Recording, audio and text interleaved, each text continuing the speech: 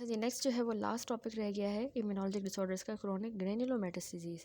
2 साल का बच्चा आपके पास कैसे प्रेजेंट कर रहा है? रिकरेंट, उसको बार बार जो है स्किन लीजन्स हो रही हैं, ठीक है, और abscess formation.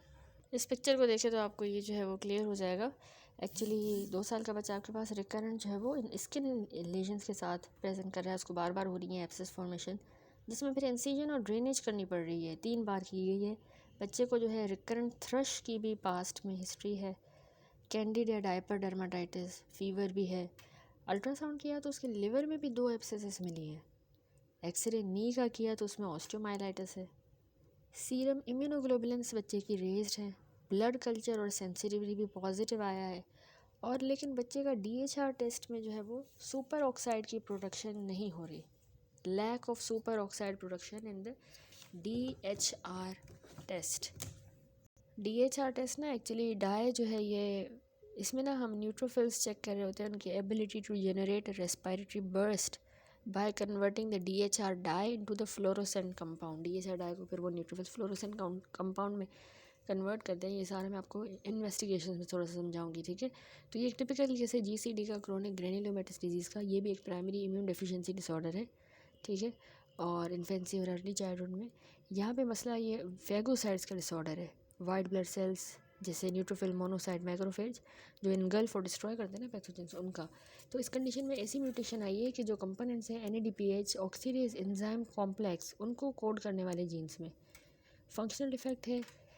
NADPH oxidase enzyme हमारे रेस्पिरेटरी बर्स्ट के लिए ज़रूरी है। रेस्पिरेटरी बर्स्ट हमने पढ़ा है ना पैथो में, जिसके ज़रिए फेगोसाइट्स रिएक्टिव ऑक्सीजन स्पीशीज़ बनाते हैं, जैसे कि सुपर ऑक्साइड एनाइन या हाइड्रोजन पर ऑक्साइड बनाते हैं H2O2। तो ये जो रिएक्टिव ऑक्सीजन स्पीशीज़ होती है ना, ये टॉक्सिक ऑक्सीजन प्रोडक्ट्स हैं जो कि हमारे माइक्रोब्स, इंजेस्टेड माइक्रोब्स को किल करते हैं। तो ये फेगोसाइट्स ने बनाया, इनसे जो इंजेस्टेड माइक्रोब है वो किल होगा। क्यों? क्योंकि ये जो है वो टॉक्सिक ऑक्सीजन प्रोडक्ट्स ही हैं।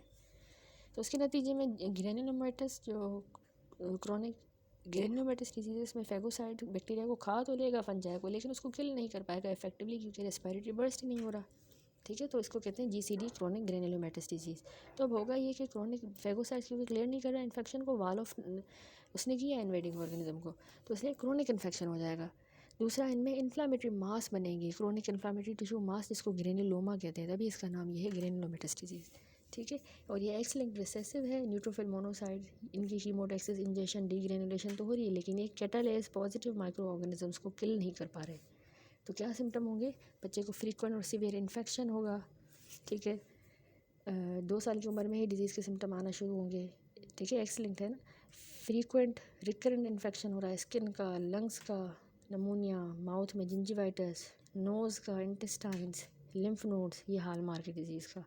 बच्चे को मल्टीपल रिकरेंट एब्सेसेस बनेगी, liver abscess, bone infection, osteomyelitis, ठीक है। तो क्योंकि ये कैटालेस पॉजिटिव जो ऑर्गेनिज्म है उसको ज़्यादा ससेप्टेबल होते हैं ये बच्चे।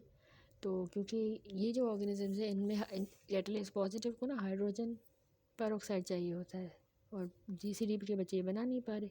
तो स्टेफ ओरियस मोस्ट कॉमन, और बाकी फंजाई में एस्परजिलस, ये सारी चीज़ें अफेक्ट करेंगी। लंग्स में इनको नमूनिया वगैरह हो रहा है, लिम्फ नोड में सुपरेटिव लिम्फेडिनाइटिस, स्किन में बॉयल एब्सेस, और लिवर स्प्लीन में एब्सेस, GI में ग्रेन्युलोमेटस कोलाइटिस, बोन्स में ऑस्टियोमाइलाइटिस। डायग्नोसिस याद रखें हम ना, एक तो ब्लड टेस्ट करते हैं, लिम्फोसाइट और एंटीबॉडी फंक्शन जो है उसमें नॉर्मल होगा। फेगोसाइटिक टेस्ट सेल्स का जो टेस्ट है उसमें हमें इंजेक्शन नॉर्मल मिलेगी, लेकिन वो उनकी बैक्टीरिया को किल करने की एबिलिटी डिक्रीज होगी। इंजेक्शन सही कर रहा है। डायग्नोसिस हम कंफर्म करते हैं performing the flow cytometry using the dihydrorhodamine 123 to measure the oxidant production, ठीक है। तो ये डाईहाइड्रोरोडामाइन, आप DHR टेस्ट भी कहो, कि हम न्यूट्रोफिल्स की activity to generate reactive oxygen species by converting the dye into fluorescent. तो अगर ये डिजीज़ होगी तो वो फ्लोरेसेंस नहीं बनेगा या पुअरली बनेगा, तो इसका मतलब बच्चे को NADPH ऑक्सीडेज की जो है वो डिफेक्ट है, ठीक है। कंफर्मेशन के लिए हम जीन टेस्टिंग करते हैं। मैनेजमेंट यही है कि हमने एंटीबायोटिक और इम्यूनोग्लोबुलिन से बच्चे को ट्रीट करना है, ठीक है, और daily oral trimethoprim sulfamethoxazole देंगे ताकि बैक्टीरियल इन्फेक्शंस का इंसिडेंस रिड्यूस हो। Interferon gamma 50 microgram per metre square 3 time per week significantly reduce the number of serious infections. Itraconazole prophylactic देंगे ताकि फंगल इन्फेक्शन रिड्यूस हो। फिर उनकी फ्रीक्वेंसी एब्सेस जहाँ भी है उनके सर्जिकल ड्रेनेज होगी। और स्टेम सेल ट्रांसप्लांटेशन में भी क्यूरेटिव।